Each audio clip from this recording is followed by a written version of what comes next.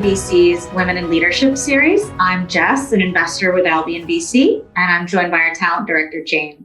Hi, Jess. And we're so pleased to have Simone Maini, the CEO of Elliptic, with us today. Hi, Jess. Hi, Jane. Hi. So today, Simone, we plan to pick your brain a little bit on being a CEO and then move into a quick fire round of would you rather style questions to learn a little bit more about you and your leadership approach. But just to introduce the audience to your background and your company, you're the CEO of Elliptic, which provides blockchain analytics to enable crypto businesses to comply with anti-money laundering regulations and fight financial crime. And we invested in the business in 2019 when Bitcoin was worth about $13,000. And it's almost touching $50,000 here today. So this business has never been more relevant, I think, as crypto assets become more mainstream. So a super exciting time. You first joined the business as the COO, and then you rose to be CEO in early 2020. And you have a deep background in running financial services businesses and fighting financial crime with prior roles at Kroll and Deutsche Bank. And one tidbit I love is that you studied history at Cambridge, which personally makes me smile because I also studied history. And it's nice to see erstwhile historians in the tech world. Fantastic. Love that. So, I'd love to hear a bit more in your own words how you came to the CEO role at Elliptic. Yeah, sure. So as you said, I took on the CEO role in May of 2020. And, the short answer to how I came to it really was because I was asked to step up into the role, which, was a really, lovely thing to be offered and a real privilege to take on the role. I think the kind of longer answer you're probably looking for is, I took it on because I felt that I was being presented with an opportunity to take the helm at a company that, I love building and being part of over the last few years. And I feel really strongly about the importance of what we're doing at Elliptic in bringing about the next generation financial ecosystem and, being able to be in the CEO role and just, grow the company even further to be an important part of that. So that's the kind of big picture. But then at a more personal level as well, I took it on very much because it was the next challenge for me. And I did it to challenge myself and sort of discover the art of the possible as well. And, for many years, I think I might have shied away from this opportunity. If you'd asked me a few years ago, probably convincing myself that someone else was more qualified or more experienced and could do a better job. But I think I'm certainly in a place now where I saw it much more as a chance to learn and to see what I was made of and to see what I could achieve, really, Jess. Can I ask you, what do you think changed in the last couple of years that made you sort of ready to say yes when you had the opportunity? Yeah, it's a tough one. And I think it really comes down to confidence more than anything. It is something that, like a muscle, you have to exercise it. And the more you do exercise it, the stronger it gets. And I think that has been really true for me. And I felt very much more in a position where I could say, why not do it? Why not say yes? Why not challenge yourself to do it? And I think that had been building up over a number of years. And that was really the main difference for me. Yeah, that's amazing. I love that you can kind of learn, confidence is learned. It's not that it is, yeah. They're confident or inborn and they're naturally like that. No, not at all. I really believe that it is something that you can learn, and you can even just go into specific meetings day to day, right? And say, look, I want to project my confident self in this meeting and go in very deliberately and say, I'm going to turn the confidence dial up. And, you can't do that all the time, but you can be very deliberate about it, I think. That's awesome. So it's been about a year that you've been in the role now. What would you say has been the most unexpected thing about being CEO? Yeah, so I guess the easy answer here is a global pandemic has been pretty unexpected. I'm only half joking when I say that. So when I took on the role, it was the beginning of May 2020. And so we were a couple of months into it. But I think at that point, we didn't really understand what was in store for us. We didn't really know we were going to be working from home a year later. We didn't know what the economic environment was going to be like. I think at that time, VC funding had really dried up. A lot of customers were putting on hold any vendor and spending decisions. So, that's really evolved a lot over the last 12 months. And then, as you said in the introduction, we also couldn't have anticipated what was going to happen in the crypto economy. Things have really taken off there as well, and we're seeing the acceleration of the institutionalization of crypto as well. So all of those things, sort of from a backdrop perspective, have been quite unexpected twists and turns. But I suppose in and of itself, that isn't unexpected. You sort of have to be ready to roll with those changes happening all the time in the background. I would say, for me, what has been most unexpected than those sort of macro trends has been the camaraderie and the support that I've found around me, actually. And, I find this unexpected because you hear all the time that it's lonely at the top. And this message is kind of really reiterated a lot. It's lonely at the top. You've got to make all these decisions on your own. No one else understands what it's like to be the CEO. And I sort of had bought into that because I'd heard it so much. But actually, I've been surprised by how much support has been available and around me if you're open to receiving it and asking for it. And actually, that has been a really lovely, unexpected surprise, really. That's great. That's such a positive thing to hear, because you do hear that sort of image of that lonely, miserable CEO, and it's great to hear that you can sort of find your tribe of other tech CEOs. Yeah, exactly. And get is that what you mean? You found it inside or outside of the company? Bit of both, actually. So there are definitely people inside the company who have been incredibly supportive, but then also outside and leaning on peers and people kind of in similar roles to you. If you start going looking, you find out that there are a lot more of them out there than you first thought there might be. So if you were starting that again, passing that wisdom on to others, what would what would I do if I was you 12 months ago? Yeah, I think probably starting to look and ask the question sooner. Who can I go and lean on? Ask people for their introductions and their recommendations, and that's where I think you'll start realizing there are people sort of hidden in plain sight that are actually really, really valuable to you and really willing to be a part of your journey as well. That's so inspiring. And what did you ask for? Was it a leadership coach? Was it a mentor? Was it another CEO? What would you a little bit of all of those things. So leadership coach, definitely. Also looking for other first-time early CEOs that, they might be in totally different industries, but are going through a similar journey.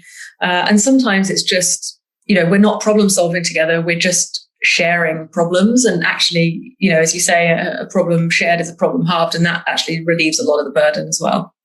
Yeah. Well, just to feel like you're not alone in. Yeah, exactly. Yeah. Okay. Yeah. Wonderful. Thank you. Sure. Reflecting on this past crazy year, then, what do you think the biggest change you've seen in yourself has been between, first day and now? It's a really hard question to answer because there are lots of changes, I would say. I mean, the first one is going from COO to CEO is quite a big transition, because there's the COO. You're really involved in the day-to-day operations of the business, right? You're in the detail, you're spinning lots of plates, you're pretty involved in things. And as a CEO, you just can't do that. If you're in the day-to-day detail, you're not doing the job the company needs you to do, which is to take a step back and look at the bigger things that are happening. And so that's definitely was a transition for me, learning how to take a step back from the day-to-day and focus on more of the bigger picture and the long-term health of the company. But I think from a behavioral perspective, probably the biggest change has been, very related to the last question. It's really been around vulnerability and listening. And I think in the early days, I certainly put a lot of pressure on myself that I had to have all the answers and I had to be on top of everything. And actually, the reality is that what the company needs from me is not to have many or even any of the answers. What they need is for me to build and motivate an incredible team that can find the answers and are experts in their fields to find those answers, but that I can help steer and shepherd everyone to make the right decisions in the right directions in order to grow a successful business. And so I think that's something that I can definitely see much more clearly now. And that, that, as I said, that goes back to the last point around saying, well, it's okay for me not to have all the answers. My job is to kind of conduct the orchestra, bring in the different people that are needed in order to make the progress that we're looking for. I really like that one. I like the idea. So powerful. Yeah, sorry, Jess. So cutting in and what are the things that have made the most difference there? Particularly because you've been doing it all on screen. Like how have you made that possible, which is so vital?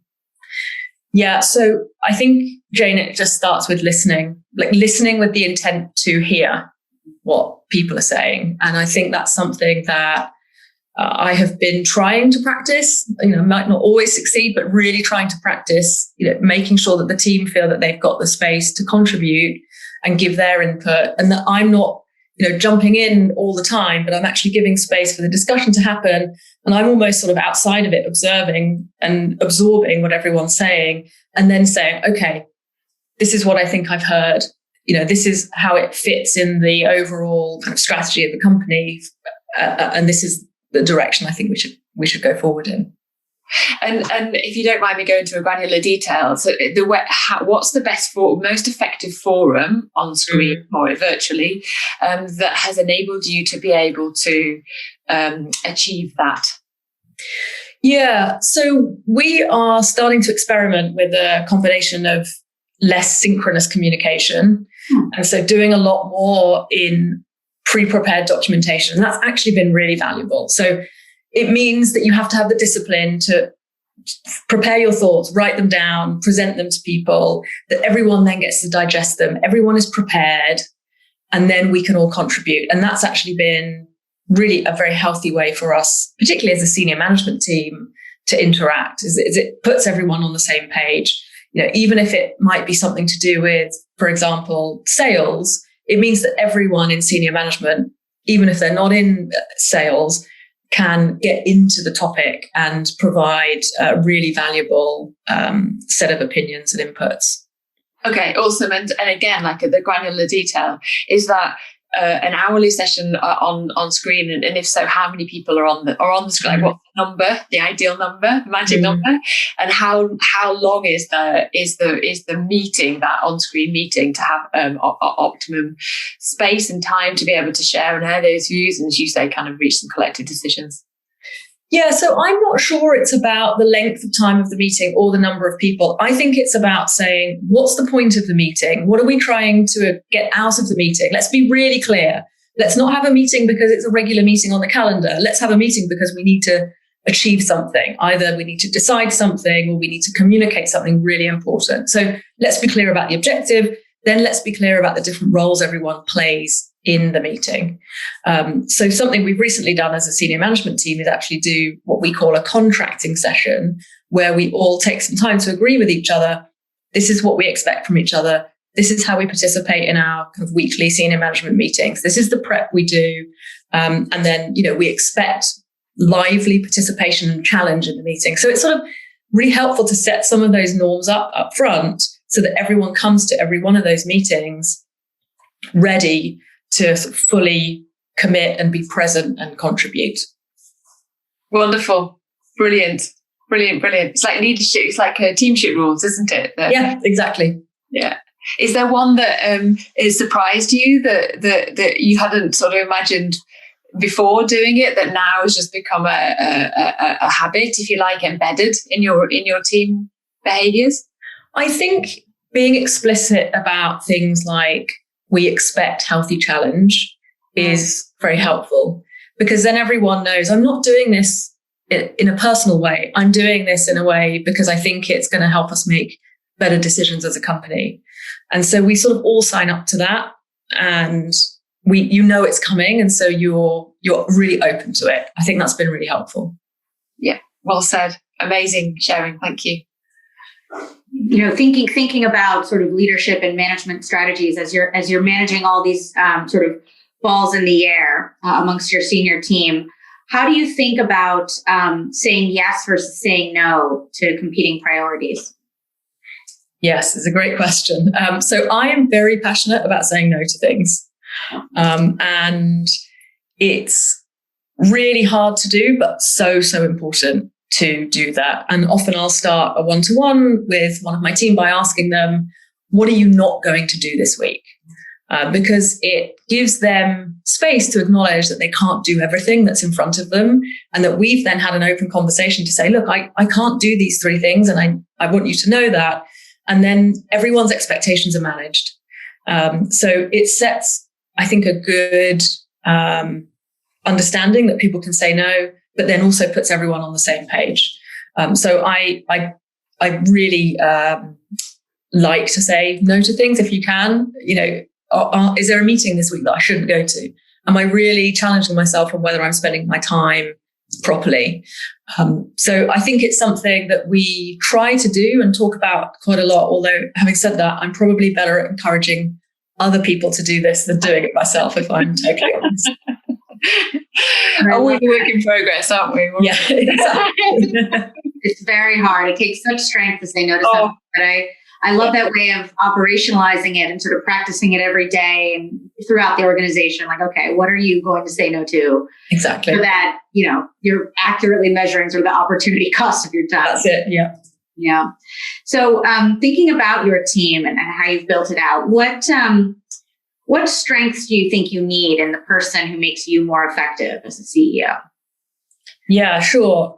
So I think there are a few different strengths, and I said a little bit earlier on in the conversation that I've been really lucky to have some really supportive people around me in the last year, and I was sort of thinking about them and what they bring to me and support me with. And I think first and foremost is the ability to listen without judgment. So listening to be there rather than necessarily listening to respond or even to give advice, although sometimes, of course, that can be really helpful.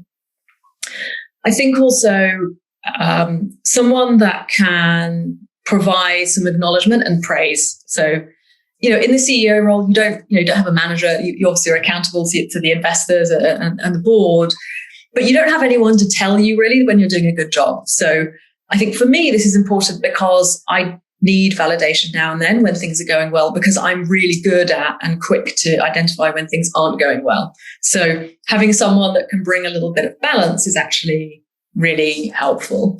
And then I think lastly, I would say someone with a sense of humor and that has got the ability to poke fun at me as well. I think this is quite important. So, things can get really serious and, you're constantly on Zoom meetings and you're focusing on one thing and then the next thing.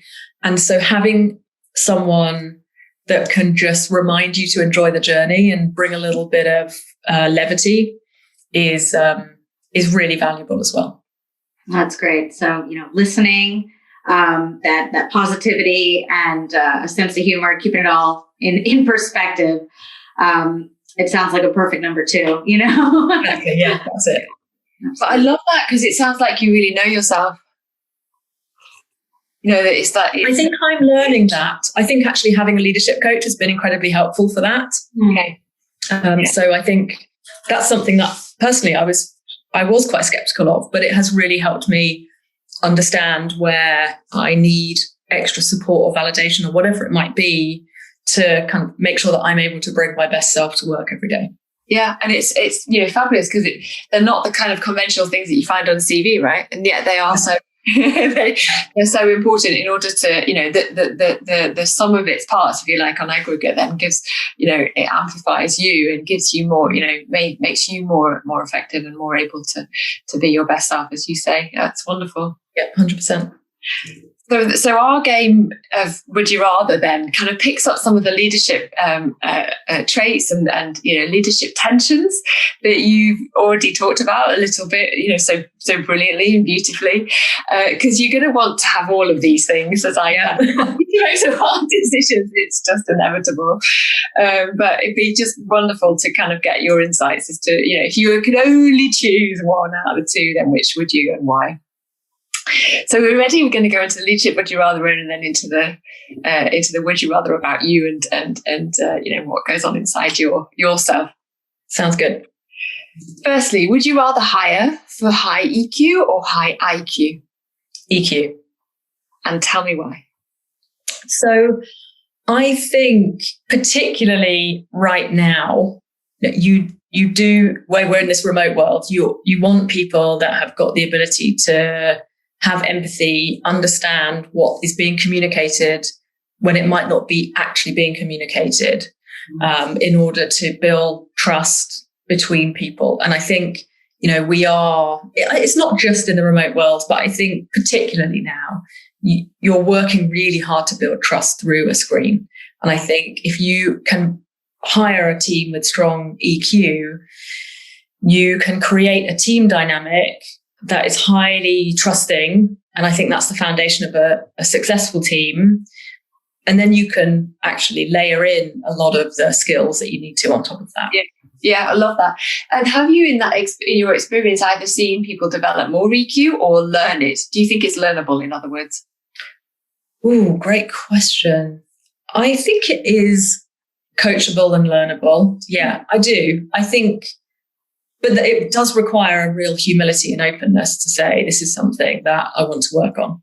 Yeah, I love that. I'm fascinated by what you say and spend a lot of time thinking about trust, if you like it, in my role as a talent director and how important that is as a function of a high performing team. Yeah. So the next question is about that. And it's, would you rather hit your numbers, which are essential, and the growth target, but have a sort of doubt of trust in your team, or have trust and know that you've got trust, but miss your numbers? Yeah, that's an easy one for me. Trust the team and miss the numbers. Yeah. Because I think, that really lays the foundation for getting to a better place. So how do you know when you've got trust? I think when you can bring your whole self to work and really feel like you're not having to hold back parts of who you are. I think that's, first of all, what it is. I think knowing that you can openly challenge your teammates and know that that's going to be taken seriously, but it's also going to be taken objectively and not seen as sort of, political game playing or power playing or whatever it is. Criticism, I would think, is not about saying you're wrong. It's just about saying, could this be better?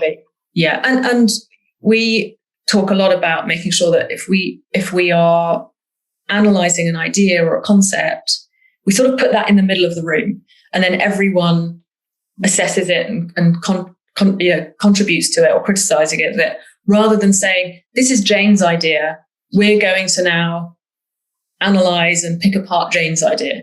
Yeah. So I think that actually helps deconstruct that. Yeah. On the inverse, how do you know when you don't have it? Like, is there any, because you're clearly really attuned to that, which is amazing, again, to sort of share your insights. Has it been obvious when it hasn't been there? And if so, what's contributed to that? Yeah, I think when you're holding back, you're not sharing information openly. I think that's a big one. I think when you're not taking seriously what someone's saying, and not giving them, respect and time and space to share what they're sharing. So I think it is really obvious to me when that is lacking in a team. Yeah. And it's just really disruptive. Because even if you've got sort of 95% trust across everyone, and then there's one kind of element of, distrust, that just undermines everything in the entire team. Do you, again, sorry to stick on this point, but it's just so valuable for everybody listening. Like, what do you do in that scenario? What have you done to try and mitigate that? Yeah, I don't think there's an easy answer to it. I think sometimes you have to face up to the fact that there's probably a difficult decision to be made, or a difficult conversation to be made, either as a group and just say, look, we don't have the level of trust that we need in this team to be successful as a team, and talk about that openly and really get people to, have some kind of vulnerable moments, or accepting that the trust isn't there, or it used to be there and has been eroded, and why did that happen? Really trying to understand why it happened and whether there is a pathway back to having a trusting relationship. Well said and wonderful. That I love that idea that there's, that one link is, you're only really as strong as your weakest link, and you've got to pay attention to that. Amazing. Yeah, that's it. So you're going to you need both of these to be the CEO. Would you rather be infectiously persuasive or analytically decisive? This is an almost impossible choice on this one. My gut response to that one is analytically decisive, but you do sort of need bucket loads of both, I think. So it's really hard. Is there any insight there on whether that changes over time as you scale up? Do you find that you use one of those skills, if you like, or capabilities more now than you used to, per se? I think it changes depending on what you're doing. So I think I have to flex both of those muscles at any different time during the day. So if we are making a decision about investing some more money on something, I think you want to be more analytically decisive on something. Whereas, if I'm talking to a customer or an investor, probably that storytelling ability around being persuasive has got to come out as well. So I think it is something where you've got to be able to switch from one to the other pretty quickly. Yeah, and muscles you hone, right? Have you got better at those things since you became the CEO? Do you think, or and in other words, again, that's that question: is it learnable? And have you? Yeah, I definitely think it is learnable. I think I have got better at them just because I'm doing them more often. I think I was probably doing more decision making in my last role as the COO than I was, necessarily going around. Being that really persuasive, energetic sort of vision setter, whereas now I'm doing much more of a balance between those two things. Wonderful. Do both. That's the answer, isn't it? Yeah. So here's another one, which is again practically impossible to answer, but I'd just love to know how that's perhaps mitigated or changed over time. Would you rather inconsistent creative genius in your team, or consistency and accountability, but less of the flair that you need in order to create something which is genuinely disruptive and world changing? I think that's a bit of a false choice, actually. So I think that through accountability and consistent results, you can achieve something that's world changing. Yeah. I think you're taking a different path there, and I think you are diligently going to go about understanding your market and your users and what, really trying to unpick what do they need, what are they actually telling us without telling us, and where is that going to lead us in terms of innovations and new products, and making sure that we are 10 steps ahead of where everyone else is going to be. I think certainly you would get there with that creative genius as well, but you're going to take a different pathway. So I think the way I would answer this question is, in my team, because it's what I feel more comfortable managing and kind of steering, it would definitely be around, a team that's highly accountable and consistent in achieving results. Yeah.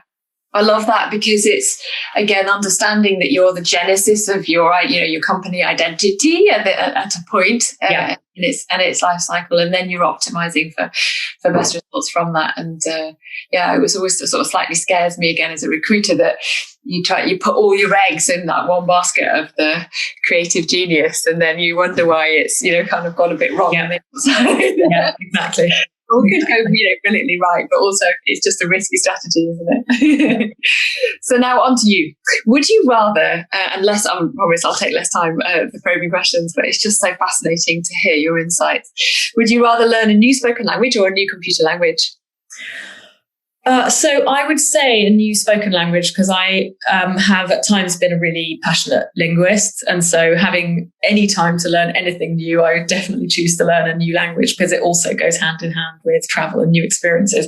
But having said that, I do think learning a computer language is pretty essential 21st century skill. So my answer definitely comes more from a point of kind of pleasure than necessarily future-proofing your career. And that makes it absolutely fine as well. Would you rather be poor and work at a job you love, or very rich, like insanely rich, but hate your job while you do it? So if you are insanely rich, I very much doubt that you are working in a job at all. So I think probably I'll go for option C. Be insanely rich and not work. Well said, yeah. Well, that's not on here. Okay. Would you rather have a pause button on your life or a rewind? I think probably rewind. Yeah. Okay. I'm a bit torn on that one. It sort of implies that you would have regrets and want to undo them. But I think it's more about saying, oh, I had a go at that once and I'd like to have a second go and see if I can have a better swing at it. And with knowing what you know now. Yeah. Yeah, me too. I'd quite like to take everything that I've learned, my wisdom, and just pour it back. But know that it's to say, the same macro things happen. So you're not jeopardizing any major events. You're just approaching with newfound wisdom. Love it. Okay. How about this? Would you rather never get angry or never be envious? I think never get angry. Okay. Yeah, I can't help it. Yeah. Yeah. Having a nice serene life would be quite nice. Yeah, wonderful. Well said. How about this? Would you rather be funnier than you are or smarter than you are? Funnier, definitely. Me too. Never age. Would you rather never age or never need sleep to function? Never age, I want to say. Yeah, me too. Yeah. There's something resonant there. I don't like it. The older I get, the less I like. Would you rather die in 20 years and have regrets, or live to 100 and not have any? This is really difficult. I would say die in 20 years with no regrets. Just put it all out there and have a go.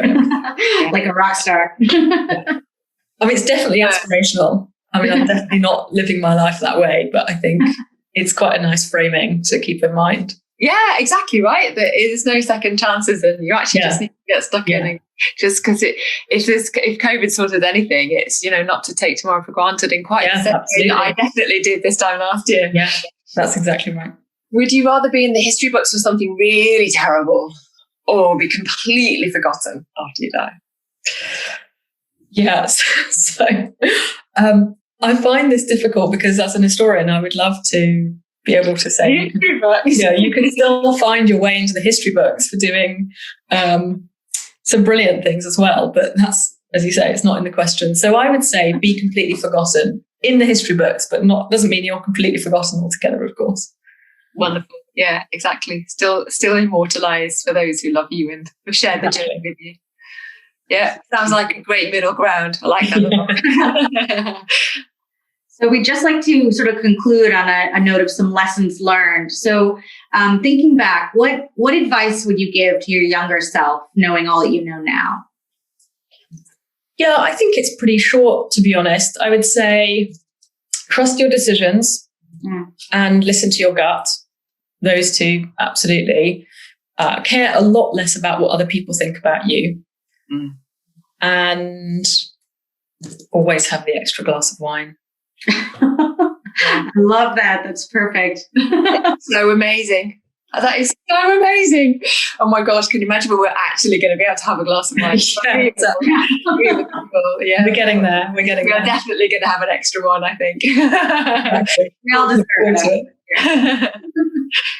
Well, thank you so much, Simone. This has been really, really fascinating and inspirational, and full of so many different nuggets about management and leadership and team building that I think lots and lots of fun as well. Yeah, absolutely. Definitely. Yeah. Thanks so much for having me. Really enjoyed the conversation. Thank you. Well, have a great rest of the day, Simone. Thank you so much for bearing with us. It was really, really helpful.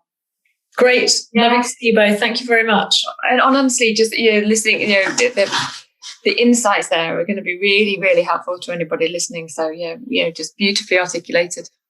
Good. I hope so. Thank you. Thanks for setting up some great questions as well. Really some tough ones in there. Yeah, we hope it'll be fun. We hope it'll be a sort of unique thing out there for other female entrepreneurs, other females in management, sort of throughout organizations. So yeah, I hope so. Great. All right. Lovely to see you both. Thanks, everyone.